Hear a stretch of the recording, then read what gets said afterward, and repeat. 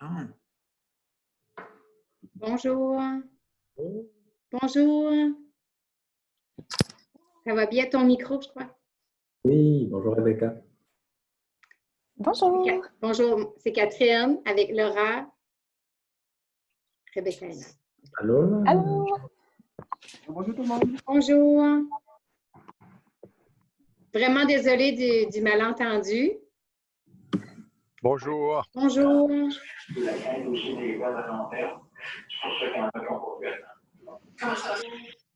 on va pouvoir débuter dans quelques minutes.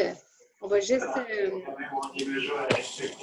voir avec vous quelques petits éléments pour s'assurer que ça se passe bien. Donc, je vous demanderai, quand la personne ne prend pas la parole, d'éteindre son micro pour qu'il n'y ait pas d'écho et qu'on s'entende bien. Vous, la même chose que nous, que possiblement la danse, elle sera... Puis, en principe, Laura, il va avoir, il y a 4 intervenants, c'est ça? Puis Cosme est arrivé aussi.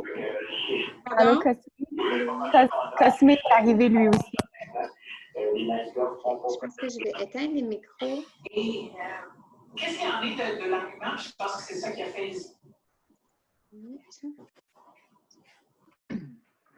Peut-être ça, je vois que Cosme est arrivé. Lui, on pourrait allumer son micro. Rebecca aussi. Oui. Donc, Cosme et Rebecca, OK. Vous voyez où c'est à votre gauche en bas, si vous voulez éteindre ou allumer votre micro. D'accord, bonjour à tous. Bonjour. Bonjour! Ouais.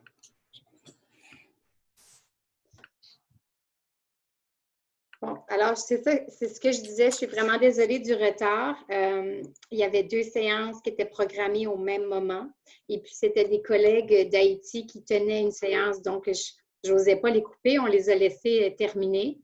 Et puis, on pourra bientôt aller live sur Facebook. Là, je vois qu'on a aussi partagé le lien Zoom, ce qui veut dire qu'il y a déjà des gens qui nous suivent. Et Oui. c'est excellent. Donc, c'est ça. La façon dont on va procéder, je pense que je vais dire un petit mot au tout début. Puis après, on va aller direct avec les questions. Je me demandais, Laura, s'il était souhaité que je présente les petites bios ou que je fais ça très rapidement en nommant les panélistes. Comment tu l'avais imaginé? C'est comme tu préfères. Je pense qu'on peut aller peut-être avec le titre court là, pour ne faut pas perdre trop de temps. Sinon, ce serait peut-être intéressant si on pourrait peut-être publier les biographies ou quelque chose du genre par la suite, là, si les gens sont intéressés d'en connaître davantage sur les panélistes. Donc, en gros, c'est ça. Est-ce que vous avez des questions? Non, je pense que c'est beau. Non? OK. Puis, à Rebecca et Cosme, est-ce qu'il y avait une façon que vous voulez que je vous présente? Là? Je vous appelle par votre prénom? Ou... Ça va avec Rebecca. Ça Rebecca et Cosme. Ouais. Super. OK, comme ça, on va y aller. On aura pris 15 minutes de retard, c'est pas trop pire. Ça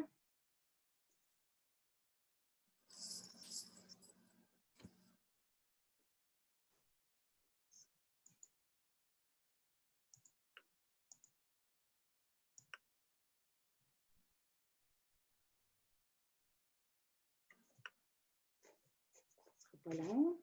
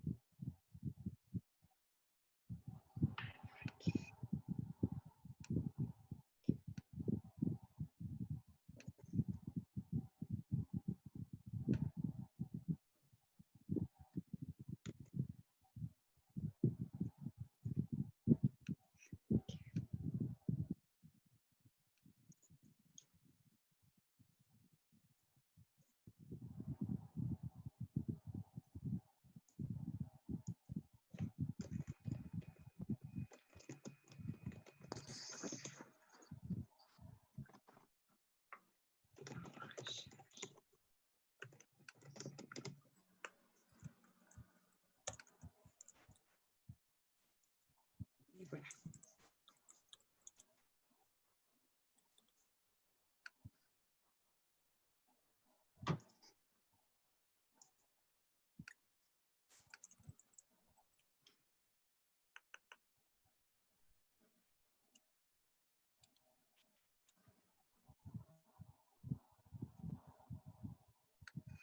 Bon, bonjour à tous et à toutes.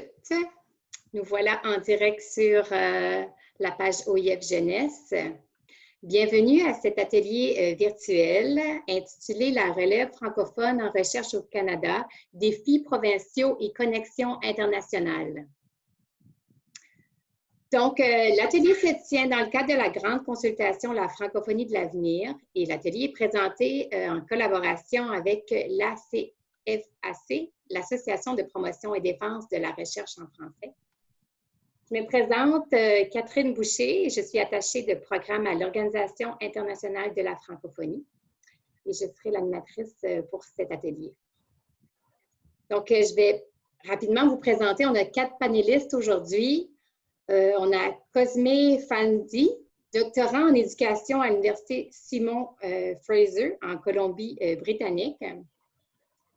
Alexandre J., directeur des communications et partenariats à l'ACFAS, responsable notamment du dossier de la francophonie internationale.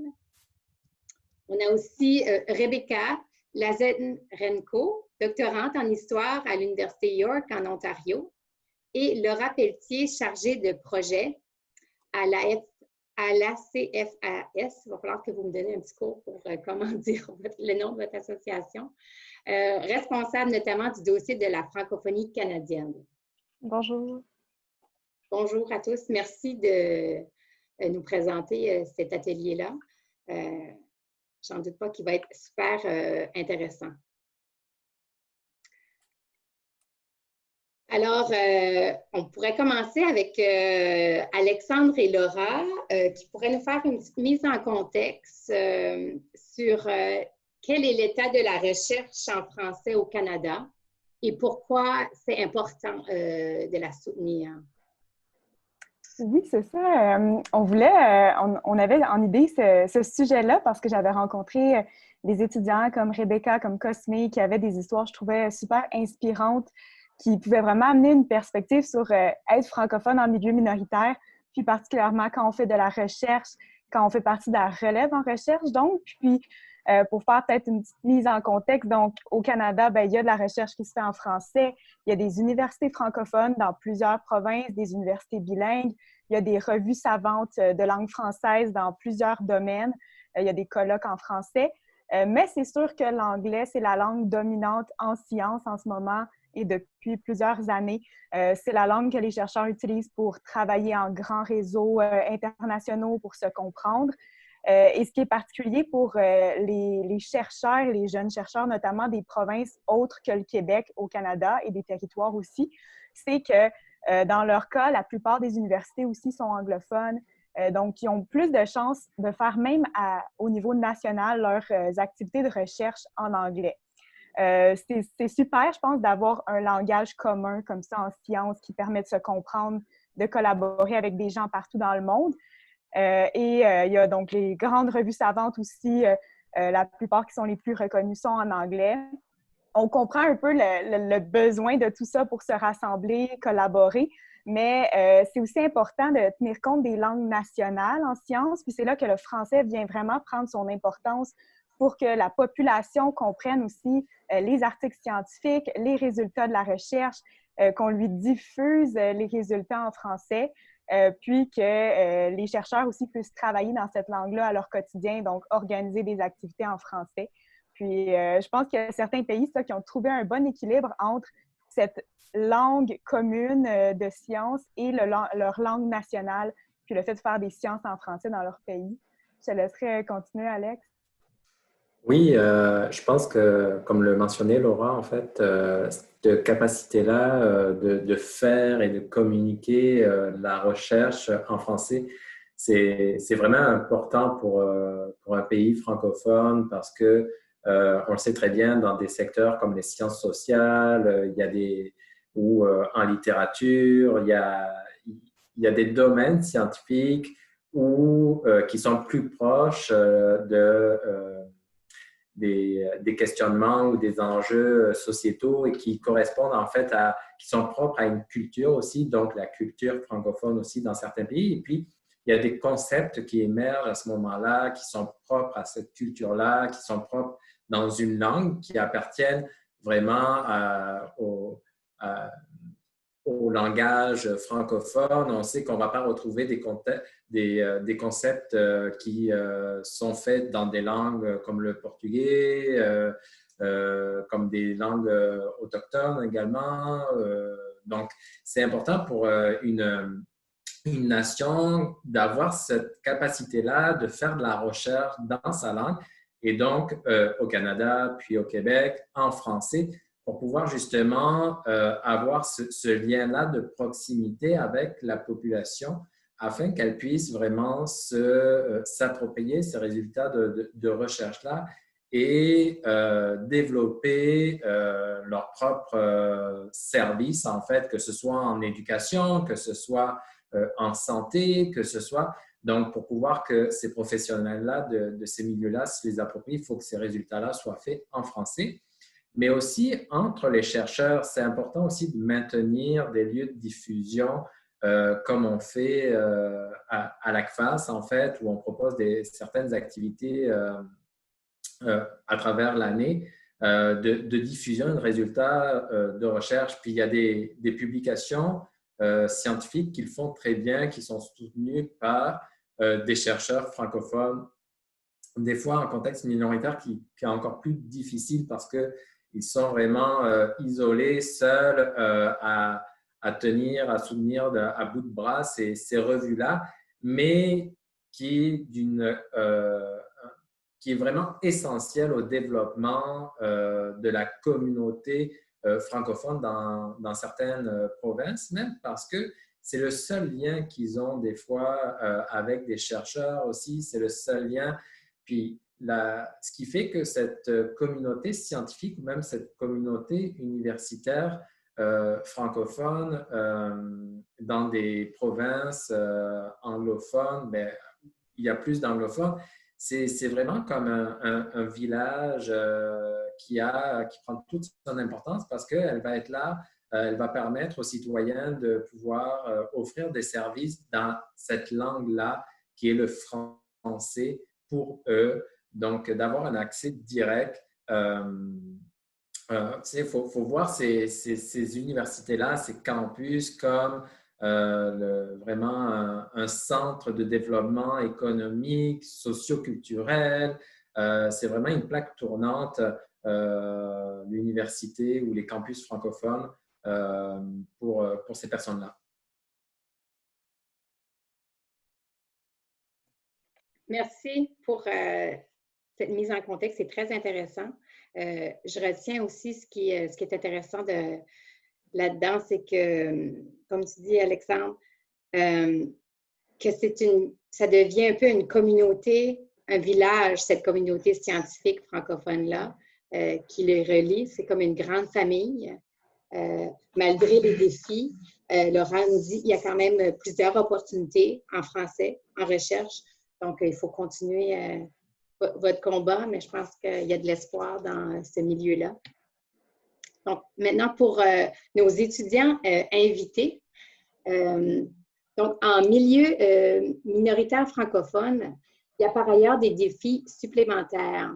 Quelles sont les possibilités et les défis d'études et de recherche en français à l'université pour la relève en milieu minoritaire? On pourrait commencer avec Rebecca qui pourrait parler du cas de ta province, notamment. Oui, certainement. Alors, je vais parler de l'Alberta, puis aussi, je suis à Toronto, alors je vais parler un peu de Toronto, alors mon contexte là.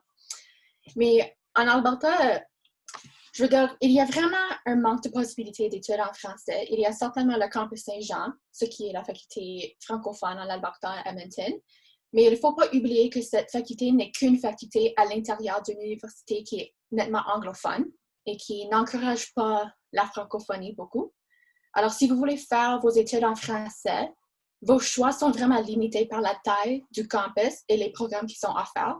Puis si tu veux aller au niveau supérieur, comme à la maîtrise, vous pouvez faire soit une maîtrise en éducation ou une maîtrise en art. Mais en art, vous êtes limité par le nombre de profs qui partagent vos intérêts et qui ont la capacité de faire la supervision. Et puis, si tu veux faire un doctorat, tu ne peux pas rester là. Comme moi, j'ai dû déménager. Alors, il n'y a pas la possibilité de faire tous vos études avec tous vos intérêts en Alberta. Et puis, techniquement, il y a des facultés là, de l'Université de l'Alberta où vous êtes capable de faire la recherche, rédiger des thèses en français. Mais il y aura beaucoup plus de défis comme la bureaucratie à surmonter et aussi ce n'est pas encouragé par les profs ou même par les départements, comme en histoire. Il y a un département d'histoire là, l'histoire du Canada, français, anglais, mais c'est toujours orienté pour l'anglais. Alors, une solution, c'est vraiment, tu dois aller d'ailleurs dans une autre province pour poursuivre vos études et même vos rêves, ce qui est aussi un défi parce que tu dois quitter tout. Alors, votre famille, vos amis, votre communauté, vos réseaux et essentiellement commencer à nouveau dans une province ou une autre ville, une autre communauté, sans des racines et sans rien pour toi, sauf peut-être des petites connexions que tu as faites par l'Internet ou des courriels. Alors, ça, c'est un peu difficile. Et personnellement, j'ai vécu ça. J'ai déménagé de l'Alberta, d'Edmonton à Toronto. Et je peux dire que je n'ai pas vraiment trouvé le même sens d'appartenance à la communauté francophone ici à Toronto qu'à Edmonton. Et c'est surtout parce que j'étais seulement ici pour moins d'1 an, mais quand même, c'est vraiment difficile. J'avais pas un problème de se jeter dans la vie anglophone, ce qui était super facile pour moi, mais la vie francophone, c'est plus dur et même de trouver quelques amis, 1 ou 2 amis qui sont francophones, c'est vraiment difficile à York, même s'il y a le campus Glendon, parce que je ne suis pas au campus, parce qu'il n'y a pas un doctorat pour moi là. Puis, ce que je sens à l'Université York, surtout dans le département d'histoire, c'est qu'il y a des profs qui sont francophones, comme mon superviseur, et même des profs qui valorisent le français. Et ça, c'est fantastique. Alors, c'est bien d'avoir ce soutien-là. Mais il y a encore la pression de travailler en anglais. Ce n'est pas un ajout pour travailler en français. C'est comme vous manquez quelque chose si tu le fais en français.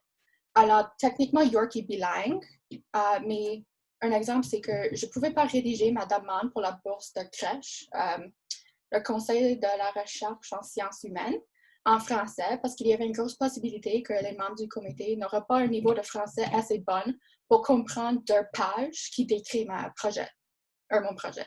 Alors, j'ai dû écrire en anglais au sujet de mon projet qui est en français. Puis un autre, c'est qu'il y a aussi certains étudiants et d'autres profs qui pensent que oui, tu peux faire en français, mais c'est meilleur de le faire en anglais en premier, puis ensuite faire la traduction en français s'il y a l'intérêt. Et je fais un accent sur s'il y a, parce qu'il y a toujours cette mentalité qu'il n'y a pas de l'intérêt pour le faire en français. Et je trouve ça vraiment dommage. Alors, même si York est bilingue, il y a un campus bilingue Glendon qui est là, et il y a beaucoup de pression de le faire en anglais, et la valeur du français n'est pas toujours là. Et je peux dire que c'est la même chose en Alberta. Pour parler de l'Université de l'Alberta, c'est assez rare que l'université va faire la promotion ou promouvoir les réussites des étudiants du campus Saint-Jean. C'est plutôt d'avoir un campus francophone, c'est comme un party line ou un ajout sur le CV, mais en réalité, c'est pas valorisé. Et maintenant, avec le gouvernement et les coupeurs pour l'éducation secondaire et postsecondaire, c'est vraiment qu'il y a cet avis qu'une éducation en français, ce n'est pas un droit, c'est un privilège, c'est quelque chose de spécial. Et ce sentiment, c'est partagé par plusieurs des citoyens anglophones. J'en connais plusieurs. Et même s'ils ont des liens avec des francophones, des francophiles, des bilingues, il y a vraiment un manque de reconnaissance de la communauté anglophone pour la recherche en français. Et surtout, il y a encore cette mythe que si vous êtes bilingue, si tu veux faire vos études en français, c'est parce que tu veux un job avec le gouvernement. Et c'est seulement avec le gouvernement que tu as un avenir. Et je pense que c'est vraiment bizarre. Alors, il y a beaucoup de travail à faire pour, je dirais, éliminer le mythe qui est là. Et à ce moment, je trouve que c'est vraiment triste, mais je ne sens pas comme je pourrais poursuivre ma carrière en Alberta. Et ceci me dérange parce que toute ma famille est là, alors je ne peux pas rester avec ma famille et poursuivre mes rêves. Alors, je trouve un peu triste de cette façon, mais pour donner un peu de l'espoir, Je trouve que ceux qui poursuivent les études ou la recherche en français ont le corps pour le faire et ont la volonté de poursuivre malgré les défis. Alors, ceux qui reçoivent une éducation en français, normalement, c'est juste de la longue liste de personnes qui vont faire la lutte pour l'épanouissement de la francophonie albertaine et de la francophonie canadienne. Et personnellement, je suis fière d'être une de ces personnes-là. Alors, je pense que la possibilité, c'est vraiment qu'on peut faire le pont qui est vraiment nécessaire entre la francophonie et les communautés anglophones pour que les études et la recherche en français, ou même la francophonie juste en général, reçoivent plus de reconnaissance. Alors, je pense que c'est dans ce domaine-là qu'il y a vraiment la possibilité. Oui, merci Rebecca pour ce beau témoignage et félicitations aussi. Ça prend du courage et beaucoup de persévérance pour faire le long parcours que tu as fait déjà en français. Puis on voit que le travail de l'ACFAS, je pense que je l'ai maintenant, est essentiel dans ce domaine. Maintenant, on peut écouter Cosme. Merci. Je pense que, en fait, quand j'ai écouté Rebecca, je me suis vu entièrement à travers son intervention. Je vois que nous vivons les mêmes réalités. Et ici, en Colombie-Britannique, je pense qu'il y a 3 universités. Il y a UBC, il y a SFU et l'Université de Victoria qui offrent des études, je dirais, études francophones. Moi, j'étais arrivé à Simon Fraser pour une étude de maîtrise. Et ce que j'ai pu constater, c'est à peu près les mêmes problèmes. Manque vraiment d'encadrement, manque de soutien. Par exemple, ma promotion, nous étions seulement 2 étudiants. On se voyait très rarement. Chacun choisissait son cours. Et puis, c'était difficile d'abord de trouver des cours. On a dû aller chercher des cours dans d'autres universités. Moi, je suis parti à UVic, prendre quelques cours là-bas. Ma collègue est allée à UBC. Donc, il y a ce problème-là. Je me demande si ce n'est pas un manque d'enseignants, ce que je ne pense pas trop, ou je ne sais pas vraiment ce qui bloque ou ce qui empêche, disons, d'avoir de l'encadrement, notamment dans les études francophones. Donc, sur ce plan, il y a un grand défi à relever, trouver du personnel, trouver des gens capables d'accompagner des étudiants qui sont désireux de poursuivre leur formation en études francophones. Il faut vraiment œuvrer à cela. Et puis, sur les campus aussi, comme l'a dit Rebecca aussi, je vois qu'il y a très peu, on rencontre très peu de francophones. Mais je ne pense pas qu'il n'y ait pas de francophones. Selon moi, c'est une question d'organisation parce qu'on n'est pas si organisé, donc on se connaît à peine. On rencontre certains francophones, mais sur le campus, tu ne les vois pas. Donc, s'il y avait une organisation bien structurée, c'est sûr qu'on allait se rencontrer et puis on allait pouvoir échanger sur les défis de notre communauté. Au-delà de ça, ici à SFU, il y a le Bureau des affaires francophones qui fait, je pense, beaucoup. C'est vrai que moi, j'avais commencé au département de français. Après, j'ai bougé, j'ai continué au doctorat. Heureusement pour moi, parce que j'étais déjà en train de chercher une autre université, donc déménager, comme l'a dit Rebecca, pour aller chercher d'autres études ailleurs, parce qu'il n'y avait pas de doctorat ici à SFU. Il y en a au département, mais si tu veux faire uniquement des études francophones, et il n'y a peut-être pas quelqu'un de ma spécialité qui pouvait m'accompagner. Heureusement pour moi, disons, cette année, il y a le département d'éducation qui a créé un doctorat purement en français. Le doctorat existait déjà en anglais et il y avait beaucoup de francophones qui voulaient faire des études, mais qui étaient obligés d'aller suivre ce doctorat en anglais et rédiger leur thèse en français. Tant de défis auxquels, en tant que francophone, on fait en Colombie-Britannique. Donc, je fais partie de la première promotion de ce doctorat-là et je peux vous assurer que ça se passe quand même bien. Pour notre promotion, ça se passe vraiment, vraiment bien. On a l'encadrement qu'il faut, contrairement au département de français. Je pense que l'encadrement ici au département d'éducation est meilleur. Cela pose un autre problème, question de moyens, je pense. Je pense qu'en termes de moyens, le département d'éducation a plus de moyens, certainement. Ce plan, il faut aussi voir beaucoup de choses qu'il faut faire.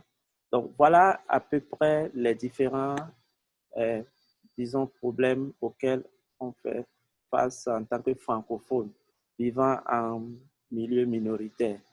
Pour UVic, l'Université de Victoria, j'ai pu constater que les étudiants, ou du moins ce que j'ai pu observer lors de mon passage à Victoria, les étudiants étaient un peu plus ou moins encadrés. Ils avaient plus d'étudiants là-bas, 10 environ. Donc, le nombre est un peu plus important et puis ils suivaient des cours ensemble, contrairement à ici. Donc, dans ce domaine, il y a aussi beaucoup de choses à faire. Sur le plan professionnel, oui, il n'y a que la fonction publique.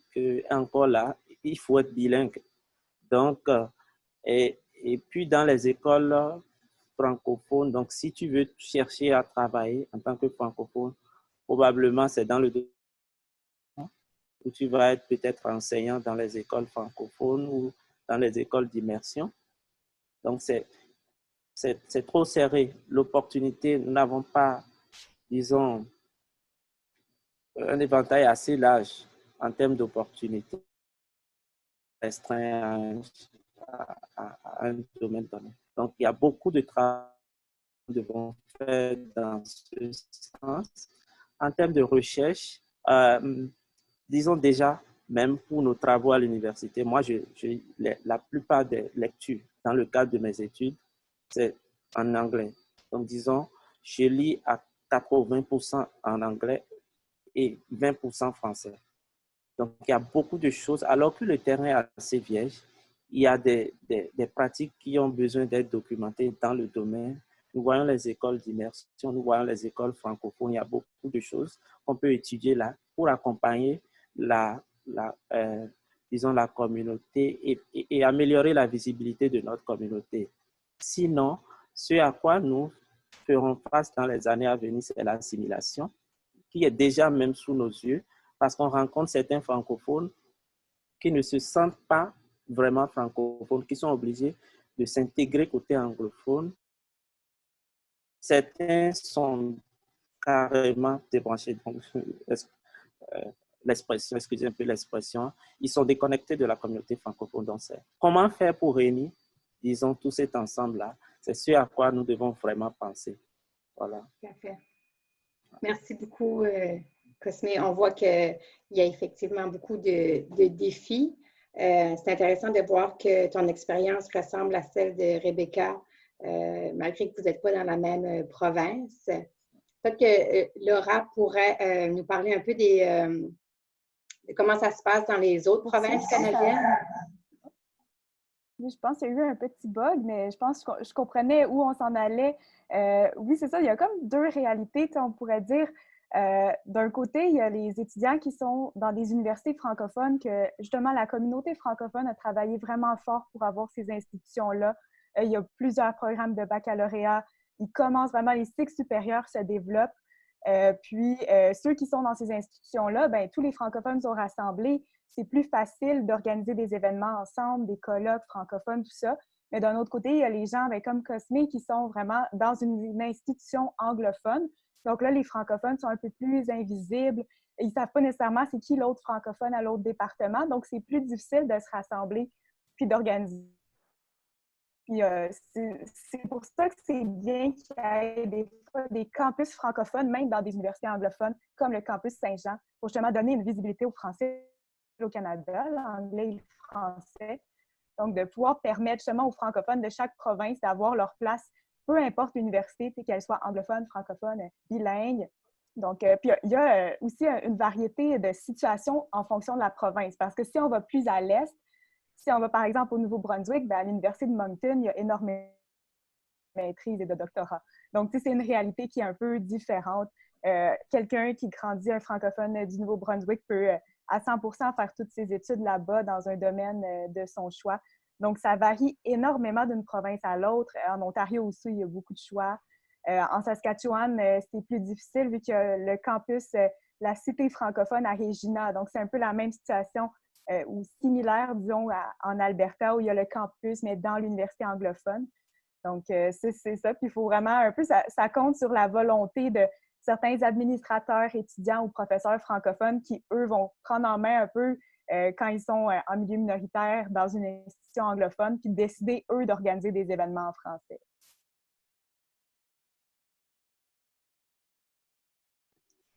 Oui, merci, Laura. Merci, Laura. Donc, on a parcouru un peu, tu parlais, Laura, des différentes initiatives qui peuvent être organisées dans les institutions entre les francophones. Je demanderais à Rebecca puis à Cosme si il y a des initiatives qui sont prises dans vos campus pour, c'est ça, là, pour augmenter la place du français. Ou sinon, qu'est-ce que vous aimeriez qu'il soit mis en place?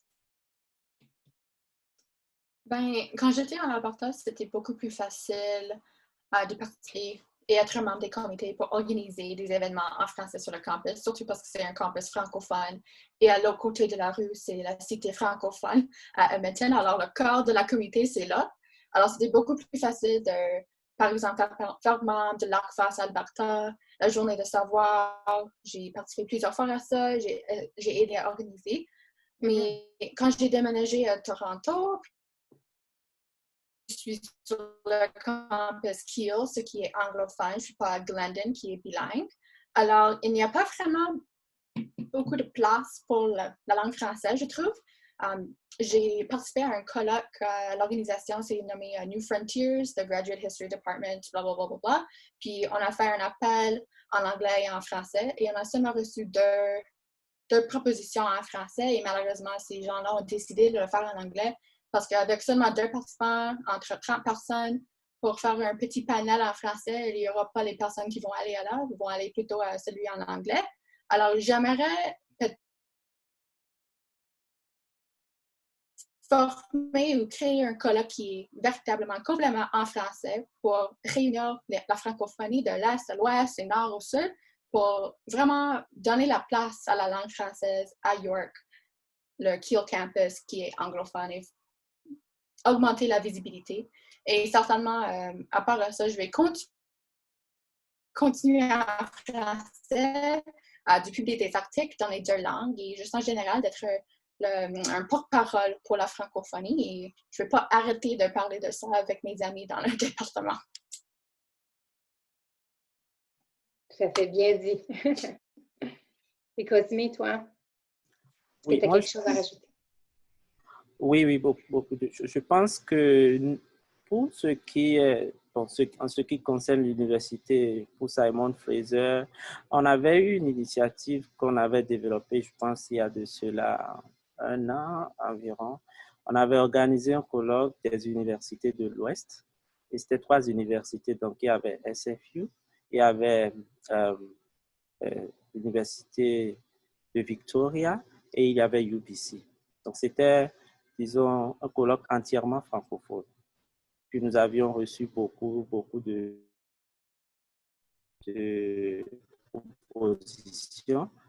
C'était assez riche. Donc, on l'avait organisé à Victoria, c'était vraiment riche. Et puis, ça s'était déroulé entièrement en français. Et on avait voulu rééditer cette année, mais malheureusement, avec la crise actuelle, on n'a pas pu le faire. Donc, j'espère que les années à venir, on va continuer ainsi et on va pouvoir, disons, poursuivre cette initiative. En plus de ça, moi, j'ai eu l'idée, je suis dans le domaine de l'éducation et puis j'ai suivi un colloque à Ottawa l'année passée où il y avait, disons, un séminaire avec des étudiants qui travaillent uniquement sur des sujets, donc sur l'immersion, sur le français d'immersion, par exemple. Donc, et ils venaient de différentes provinces. Et l'approche, c'était de comparer, par exemple, les pratiques de leurs différentes provinces. Donc, moi, je pense que ce serait bien aussi d'organiser, par exemple, des séminaires thématiques entre les étudiants de diverses provinces pour un peu voir ce qui se fait dans d'autres provinces et documenter suffisamment disons, les pratiques dans nos différentes provinces. Ça, c'est important. J'ai suivi aussi ici à SFU, disons, un séminaire avec un chercheur dont j'ai lu beaucoup de publications. Donc, on l'a invité dans le cadre de la journée de la francophonie. Il était venu et j'avoue que ça a été vraiment enrichissant. Donc, si on peut aussi identifier des chercheurs dans notre domaine et organiser, disons, des séminaires ou des séances avec eux et profiter de leur expérience, partager leurs idées, voir comment ils peuvent nous guider dans nos études. Parce que nous avons besoin, moi je travaille sur les pratiques transnationales et transculturelles, par exemple. Et j'aurais aimé rencontrer un chercheur qui travaille dans ce domaine. Donc, autant de choses qu'on peut faire. Maintenant, en tant qu'étudiant, je pense qu'il faut aussi qu'on envisage organiser des organisations estudiantiles, disons purement francophones. Il n'y en a pas. Ce qu'il y a ici à SFU n'est pas très dynamique. Et ça, il faut redynamiser ça. Et je pense que si on organise un peu partout dans d'autres provinces, si on a de ces genres d'organisations estudiantiles, on pourrait organiser une grande rencontre entre ces étudiants-là pour qu'ils sachent qu'ils ne sont pas seuls. D'autres étudiants sachent qu'ils ne sont pas seuls dans ce domaine-là. Et enrichir notre parcours. Donc, voilà quelques idées que moi j'ai par rapport à ce que nous pouvons faire dans ce domaine. Voilà. Merci pour ce partage. On voit l'importance de créer des occasions entre les étudiants francophones, d'échanger les bonnes pratiques avec les différentes institutions. On a noté aussi la pertinence là, de rencontrer des chercheurs francophones qui travaillent dans vos domaines aussi. Donc, c'est des bonnes pistes. Oui. Catherine, j'aurais de ce que j'entends avec Cosmé, puis Rebecca, puis je vois que Jules Roch, la face également, qui est comme un lieu, comme tu disais aussi, Catherine, une occasion de réunir et de se faire rencontrer des étudiants, justement, des fois qui peuvent être isolés, qui n'ont pas accès à d'autres collègues francophones pour pouvoir échanger sur leur thématique de recherche, mais il y a des occasions qui existent et qui sont là vraiment pour valoriser, reconnaître autant les parcours étudiants, autant les diplômes étudiants faits en français que la recherche faite en français. Tu sais, je vais en citer quelques-uns là. À l'ACFAS, on a mis plusieurs activités en place au cours des dernières années, comme ma thèse en 180 secondes, qui est maintenant rendue un concours international. Un peu plus d'une vingtaine de pays francophones se réunissent pour la finale internationale. Mais au départ, ça a été, en fait, c'est issu d'un concours anglophone qui a été repris en 2012 par l'ACFAS. Et on voit qu'il est là vraiment, qu'il a permis depuis les dernières années de revaloriser justement les étudiants au doctorat, de revaloriser leur travail, que ce soit auprès du grand public, que ce soit auprès aussi des chercheurs de la communauté, puis de créer vraiment cette fierté-là auprès des étudiants de faire un parcours de recherche en français aussi. Puis là, Laura travaille beaucoup, elle pourrait en parler aussi, avec les antennes régionales que l'ACFAS a dans les différentes régions, mais à développer ce concours-là aussi à travers les autres provinces du Canada.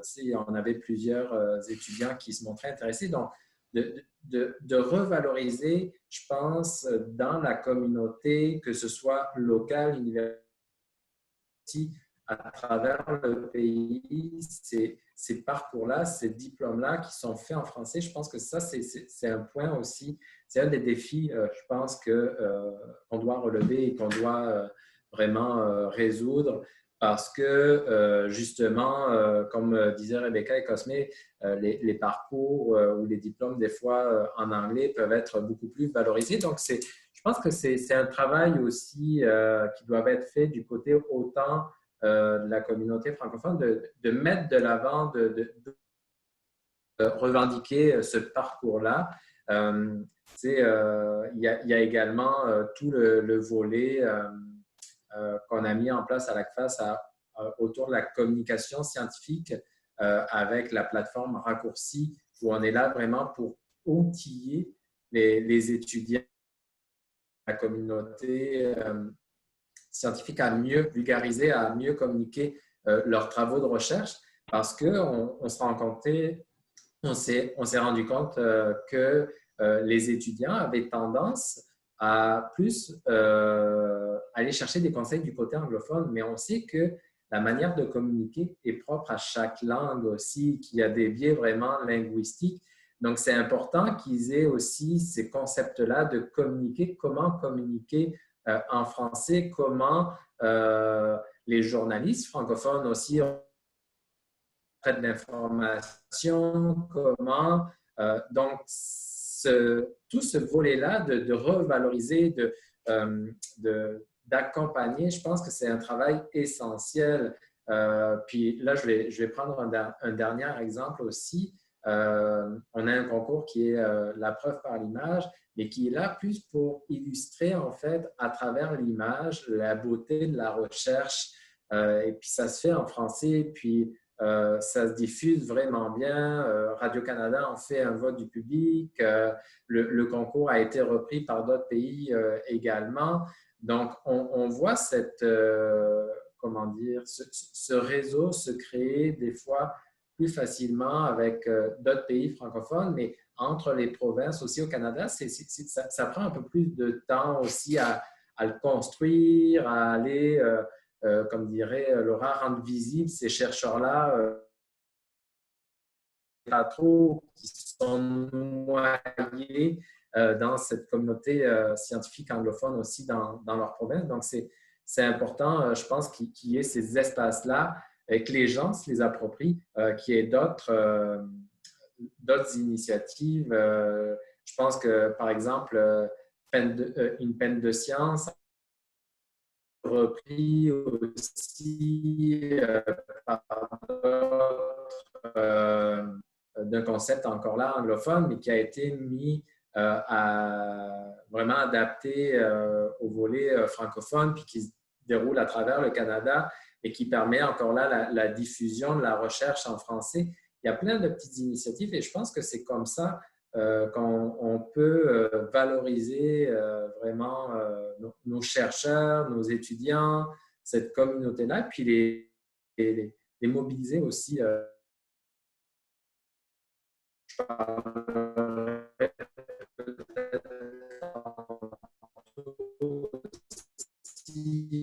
d'autres, Catherine, que vous faites beaucoup de connexions entre ces initiatives-là, mais il y en a d'autres aussi qui sont plus spécialisées, comme l'AUF aussi. Donc, mais je vais m'arrêter là, je reprendrai, je vais laisser la parole aux autres.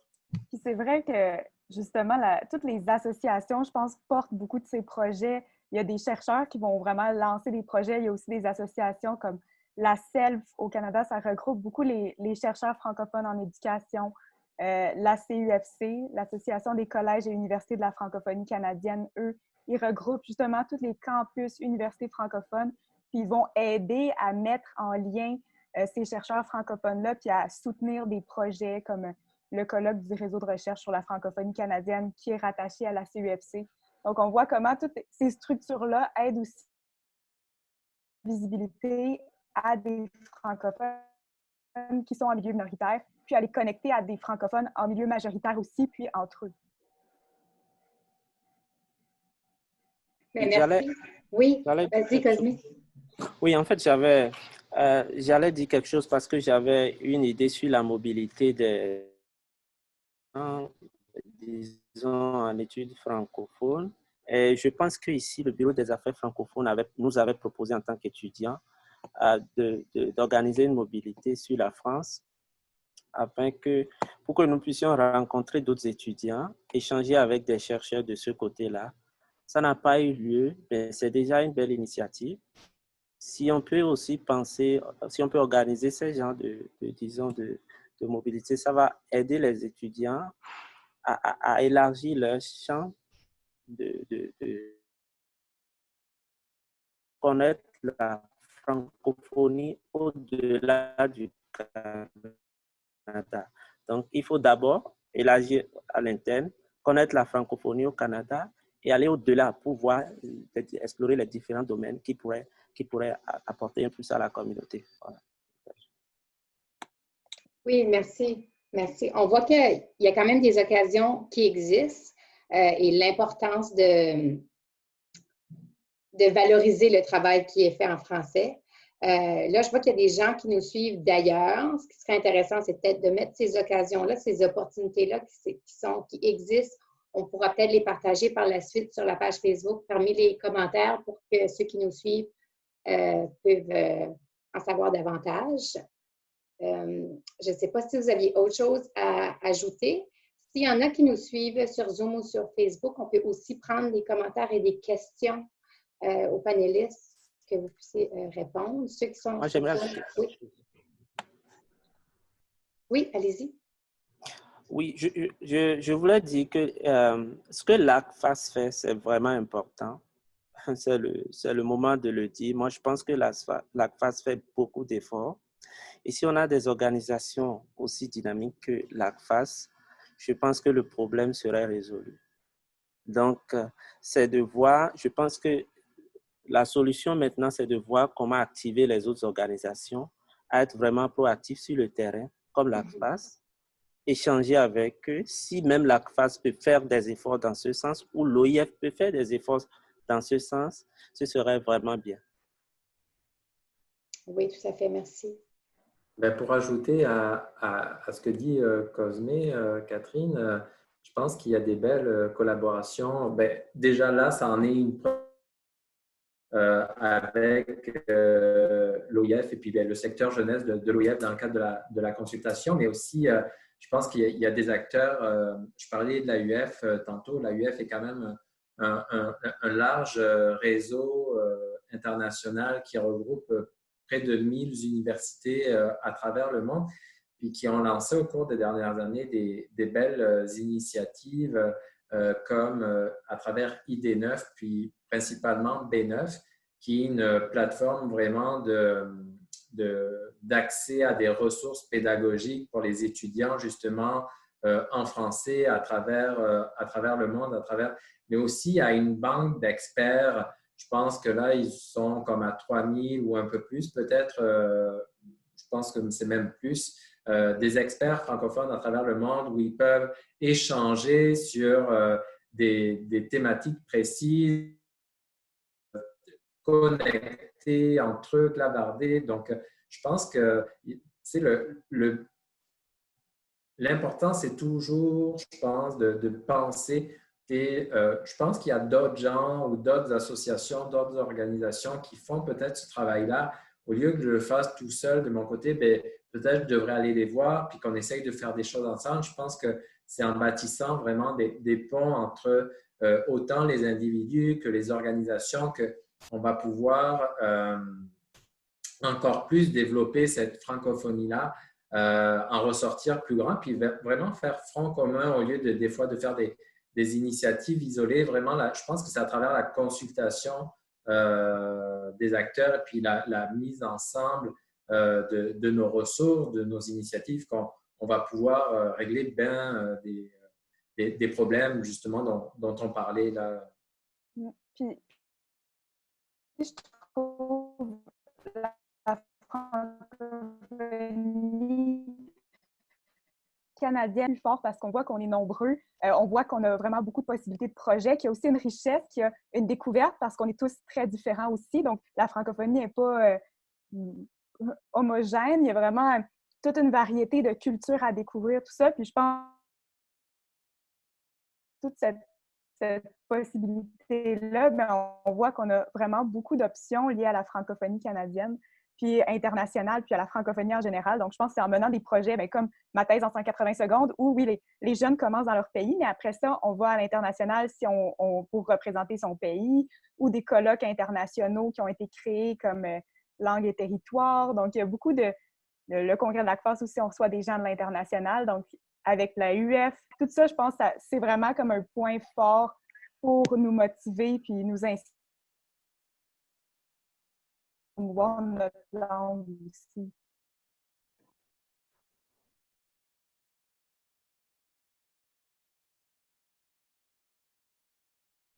Je ne sais pas si quelqu'un voulait ajouter quelque chose. J'aurais un commentaire, une question peut-être. Mon nom est Pascal Marchand. Je travaille avec le Conseil de recherche en... en fait, il y a deux volets à ma question. Comment est-ce que ça se compare, ce que vous mentionnez tout à l'heure, avec peut-être surtout le domaine spécifiquement des sciences, génie, mathématiques? Est-ce que vous voyez chez vous que c'est un peu différent, c'est pareil, ou est-ce que la pression est la même? Et peut-être la deuxième chose, évidemment, le développement de carrière, ça passe par la publication. Qu'est-ce que vous voyez qui pourrait être fait pour encourager, soutenir la publication en français? Vulgarisation, mais vraiment la publication scientifique en français.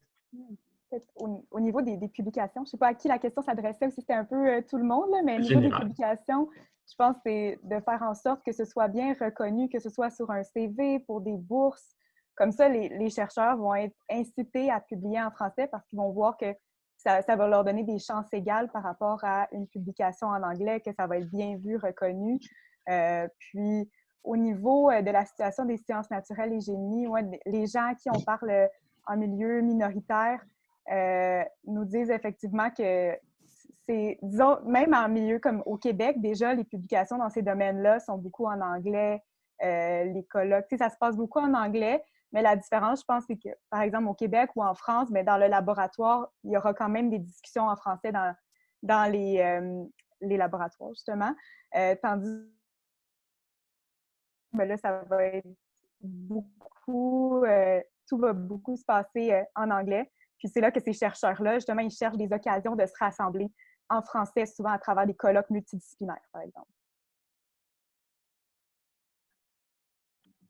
Pour ajouter ce que dit Laura, je pense que c'est là où on voit vraiment l'importance de soutenir les publications scientifiques en français.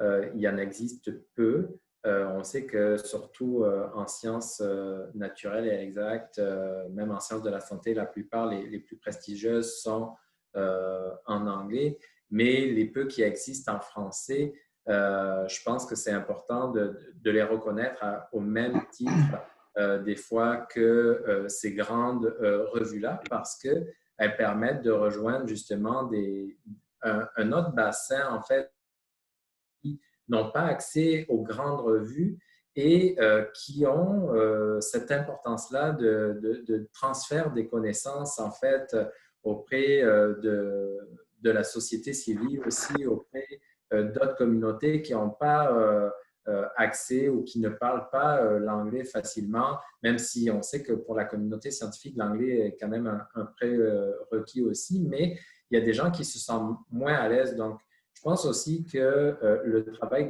encore là, de publication-là, que ce soit autant par des organisations. Érudit fait un magnifique travail, qui est une plateforme de libre accès en fait à des publications en français. Mais je pense que c'est autant des institutions provinciales que fédérales, des agences subventionnaires, je pense que c'est important aussi ce travail-là par la communauté scientifique quand vient le temps d'évaluer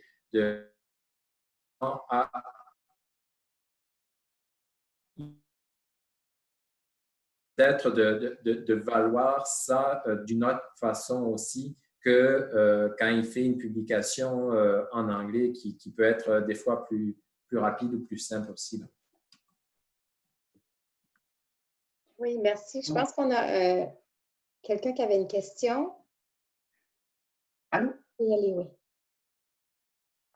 Allô, bonjour. Est-ce que vous Oui, on vous entend. Oui. Ok, donc en fait, mon nom c'est Daouda. Daouda Mété, membre des participants à MT 180 en 2019. Donc, déjà, je félicite, disons, voilà, cette rencontre, ce panel, en fait, qui a été organisé. C'est vraiment une très belle initiative. Moi, par exemple,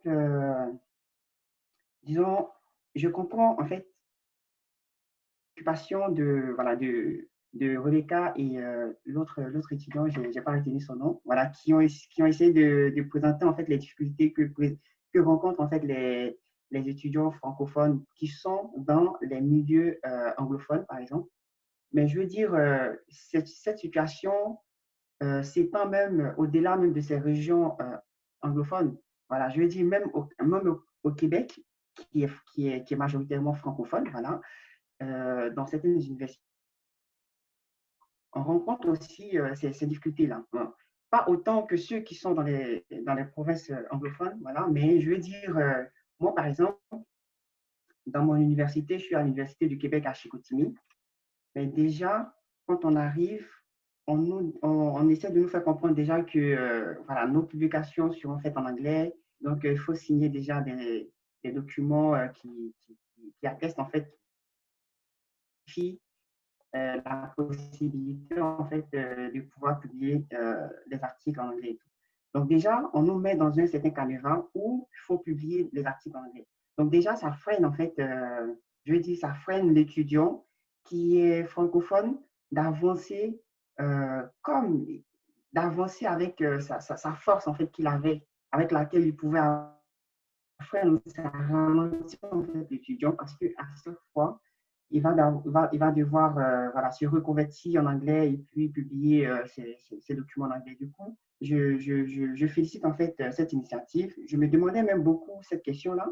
Est-ce que voilà, il arriverait un jour où on pourrait quand même publier des documents scientifiques en français? Moi, je me suis vraiment posé cette question plusieurs fois. Et c'est pour cela que quand j'ai vu le titre, voilà, le titre de la rencontre, ça m'a directement beaucoup intéressé. Et donc, pour revenir en fait à mes recommandations, j'ai dit, moi, j'ai participé à MT 180 en 2019. Donc, je me demandais si l'ACFAS, déjà, était aussi implanté dans les provinces anglophones. Ça, c'est une question que je me pose déjà. Peut-être qu'après, vous allez répondre. Et aussi, donc, si possible, organiser voilà, ce genre de compétition, de concours, en fait, dans les provinces anglophones pour pouvoir les étudiants francophones pour participer en fait à ce genre de compétition-là. Et comme certains me disaient ici,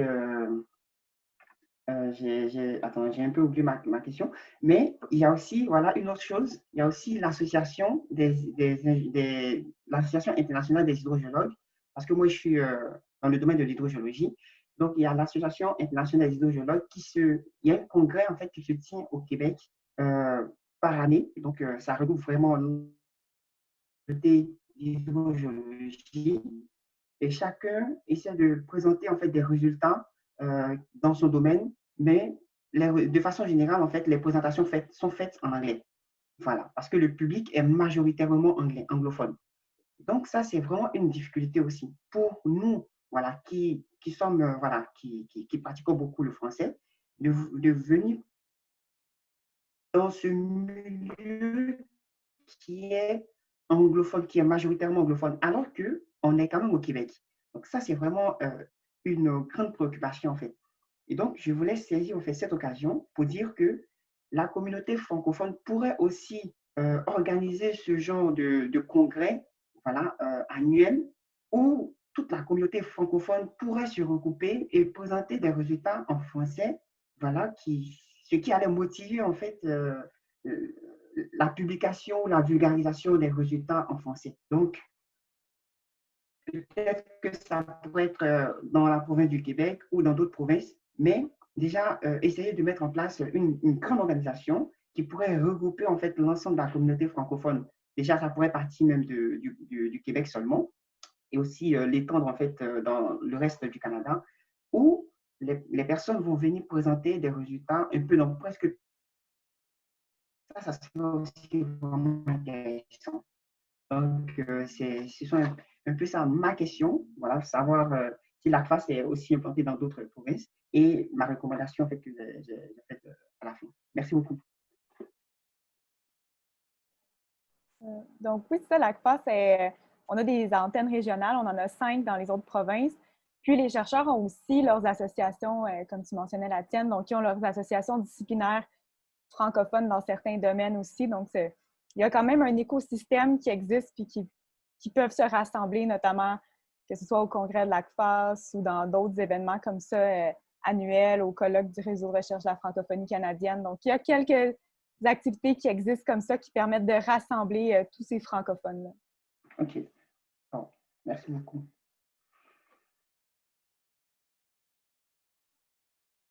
Je voulais faire un petit commentaire. Juste pour ajouter, il y a certainement beaucoup de pression de faire la publication en anglais à tous les niveaux, même la vulgarisation, puis des articles scientifiques, d'écrire des livres, etc.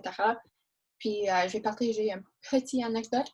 Quand j'ai venu à l'Université de York et j'ai partagé avec mon cohorte que je voulais faire ma thèse en français, que j'ai un superviseur qui est francophone du Québec, que mon sujet, c'est les comités francophones de l'Alberta, Saskatchewan et Manitoba pendant les guerres mondiales. Et j'aimerais voir les perspectives, les réactions et les actions. Alors vraiment, le cœur était pendant ce temps-là. La réponse était, well, why don't you just publish in English and then like, translate it in French later? Or how am I supposed to read that if you publish it in French? Et j'ai dit, ben, est-ce que tu comprends le français un peu? Ils ont dit, I have a basic understanding. OK, alors pourquoi pas forcer un peu de se lire en français, prendre un petit peu un temps? Puis la réponse était vraiment, yeah, but everything is in English anyways. Et j'ai comme, non, c'est pas tout en anglais, c'est juste toi, tu vis en anglais, c'est la différence. Et tu ne veux pas ouvrir vos yeux aux francophones, aux francophiles, aux bilingues. C'est entièrement possible de publier en anglais et en français. J'ai fait ça avec Histoire engagée et Active History. J'ai publié des articles. Un était en anglais. Le message était assez similaire, mais je n'étais pas faire. Et je peux le faire en anglais, mais je trouve qu'il y a la mentalité de plusieurs anglophones, c'est ben, on est majoritaire, alors tu dois nous donner l'information comme spoon feed us pour qu'on peut lire votre information ou votre recherche. Et je trouve que c'est vraiment décevant de faire ça. Merci. Moi, je pense que, en fait, il faudrait en tant que francophone, qu'on essaye aussi d'éviter de se faire, disons, endoctriner ou bien assimiler, si je peux m'exprimer ainsi. Parce que ça se dit, ça se soutient un peu partout que si tu ne publies pas en anglais, tu ne seras pas bien, tu ne seras pas reconnu, tu ne seras pas bien lu. Moi, j'ai publié depuis que je suis ici en français. C'est vrai que très récemment, je suis en train de travailler sur un article en anglais, mais j'avoue que si nous voulons publier en français, rien ne nous retient. Il y a beaucoup de sociétés, disons, de réseaux scientifiques qui encouragent les étudiants et il y a même des associations qui encouragent c'est des organisations de chercheurs anglophones qui disent que même les articles en français sont acceptés. Donc, ce que moi, je vois, le grand défi, c'est à nous, en tant que jeunes chercheurs, de commencer par être vraiment actifs, beaucoup publier en français. Et comme ça va se reconnaître. Nous allons être reconnus de nous-mêmes. Maintenant, la question de la politique, c'est là, oui, il y a le poids politique qui est également là et qui pèse sur notre tête comme un épée de Damoclès. Mais, mis à part les questions de politique, je pense que ce que la jeunesse francophone qui fait de la recherche peut faire actuellement, c'est d'identifier ces associations-là, de beaucoup travailler, de publier en français, de pouvoir se faire reconnaître. Et après, on verra bien la balance. Je pense en tout cas. C'est vrai que nous vivons dans un environnement beaucoup plus anglophone, mais cela ne nous empêche pas de faire notre recherche dans notre langue, de nous affirmer dans notre langue, d'affirmer nos connaissances dans notre langue. C'est mon point de vue. Merci, Cosme. C'est très intéressant. on pourrait poursuivre encore longtemps. Il y a des panélistes qui devront quitter dans 5 minutes, donc on va bientôt dire le mot de la fin. Je pense que je vais laisser le mot de la fin à Alexandre. En tout cas, moi, je vous remercie beaucoup pour l'initiative d'avoir organisé cet atelier. Je remercie tous les panélistes. Ça a été très intéressant. Je vois des commentaires dans le chat. Je pense que ça a été très apprécié. Et puis, on voit l'importance de continuer de travailler ensemble. Et puis, je vous souhaite bonne chance pour le reste de votre parcours académique en On peut France. prendre 2 minutes pour discuter de l'aspect politique un petit peu? Oui. On a encore 2 minutes, Laura et Alexandre, oui? Oui? Guy Drouin de l'Université d'Ottawa. Je pense que c'est ça, comme je viens d'écrire, discuter des droits des francophones, des droits des Américains noirs aux États-Unis. C'est pas quelque chose qui est populaire auprès des Canadiens anglais. Sauf que la Cour suprême vient de statuer que l'approche des provinces anglaises était illégale. Et il faut faire pression sur ces gouvernements-là pour qu'elles louent le financement nécessaire. Nos 2 étudiants nous ont dit que justement, il manquait de financement pour les activités francophones. Ça nous est dû, selon la Constitution. Donc, c'est un manque de bonne volonté des gouvernements du ROC. C'est ça le problème principal. Je suis ouvert à vos commentaires. Alexandre, tu avais quelque chose à ajouter? Je pense que nous, du côté de l'ACFAS, on a été contents aussi de voir cette décision-là qui va, je pense, faciliter puis aider, je pense, les campus francophones des universités anglophones. Donc, on parlait du campus Saint-Jean en Alberta, mais je pense que cette décision-là va encore plus pouvoir asseoir la nécessité puis l'importance d'avoir ces campus-là dans ces provinces-là. Donc, je pense que plus de monde va se mobiliser cette question-là. Laura parlait dans le chat d'une initiative qui a été lancée dernièrement. Rebecca y a participé aussi pour diffuser des vidéos, en fait, pour savoir que les étudiants, comment ça avait marqué à quel point leur premier cours en français. Donc, je pense que plus ce sujet-là va être mis de l'avant, plus aussi les médias francophones en situation minoritaire vont en parler, mais aussi les médias nationaux. Je pense que ça va permettre cet espace de dialogue entre chaque partie. Donc, c'est ça. Je pense on est sur la bonne voie. Je pense que les actions qui ont été posées ensemble de la communauté francophone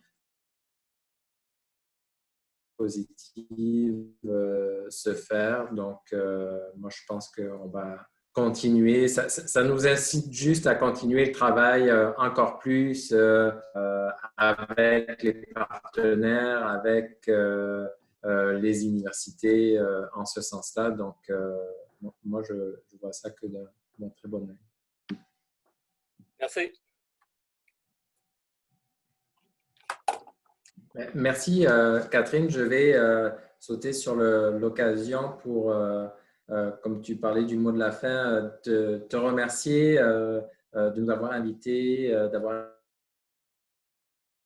Rebecca et Cosme dans cette discussion, de nous avoir intégrés aussi dans le processus de consultation de l'OIF.